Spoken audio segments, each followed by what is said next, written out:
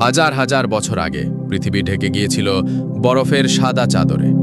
তীব্র ঠান্ডা, ঝড়ো বাতাস আর জমাট বরফে ভরা সেই সময়কে বলা হয় আইস এজ। প্রশ্ন হলো, মানুষ কিভাবে বেঁচে গেল এই মৃত্যুর যুগে? চলো সময়ের জানালা খুলে দেখে আসি সেই রোমহর্ষক কাহিনী। মানুষ তখন ছিল একদম ভিন্ন রকম। না ছিল শহর, না ছিল কৃষিকাজ, তারা ছিল শিকারী আর সংগ্রাহক। বিশাল হরিণ, বাইসন, এমনকি ভয়ঙ্কর ম্যামথ শিকার করত তারা। মাংস দিত খাবার, আর পশুর চামড়া হয়ে উঠত পোশাক। কিন্তু কেবল পোশাকেই টিকে থাকা সম্ভব ছিল না। মানুষ বুদ্ধি খাটিয়ে আগুন আবিষ্কার করল। এই আগুনই হয়ে উঠত তাদের উষ্ণতার উৎস, রাতের অন্ধকারে আশার আলো। বরফ যুগে গুহা ছিল তাদের প্রথম আশ্রয়। কিন্তু সবচেয়ে বিস্ময়কর বিষয় হল, শিকার করা ম্যামথ শুধু খাদ্যই নয়, আশ্রয়ের ভিত্তিও জুগিয়েছিল।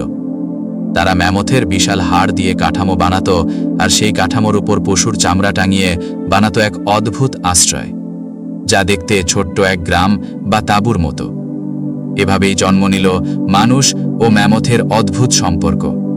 একটি প্রাণী যার দেহে ছিল টিকে থাকার অস্ত্র, আরেকটি গোপন রহস্য ছিল দলবদ্ধ জীবন।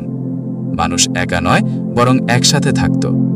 তাদের ছোট ছোট কমিউনিটি ছিল শিকার, খাবার ভাগাভাগি আর নিরাপত্তার একমাত্র ভরসা। সবচেয়ে বড় শক্তি ছিল মানুষের মস্তিষ্ক। তারা পাথর দিয়ে বানাতো ধারালো অস্ত্র, হাড় দিয়ে বানাতো সরঞ্জাম, আর প্রতিটি অভিজ্ঞতাকে পরবর্তী প্রজন্মের কাছে পৌঁছে দিত। এই জ্ঞান আর অভিযোজন ক্ষমতাই মানুষকে করেছে অমর, যেখানে ম্যামথের মতো দানবীয় প্রাণীরাই বিলীন হয়ে গেছে পৃথিবী থেকে। আইস এজ ছিল প্রকৃতির কঠিনতম পরীক্ষা। এখানেই মানুষ শিখেছিল বুদ্ধি, ঐক্য আর অভিযোজন ছাড়া টিকে থাকা অসম্ভব। এ কারণে আমরা আছি আজও, কিন্তু ম্যামথ, সাবারটুথ টাইগার বা বিশাল প্রাণীদের স্মৃতি রয়ে গেছে কেবল ইতিহাসের পাতায়। এটাই ছিল বরফ যুগে মানুষের বেঁচে থাকার কাহিনী। ইতিহাসের পাতায় লুকিয়ে থাকা আরও অজানা রহস্য জানতে চাইলে সঙ্গে থেকো, আর সাবস্ক্রাইব করতে ভুলো না। ধন্যবাদ।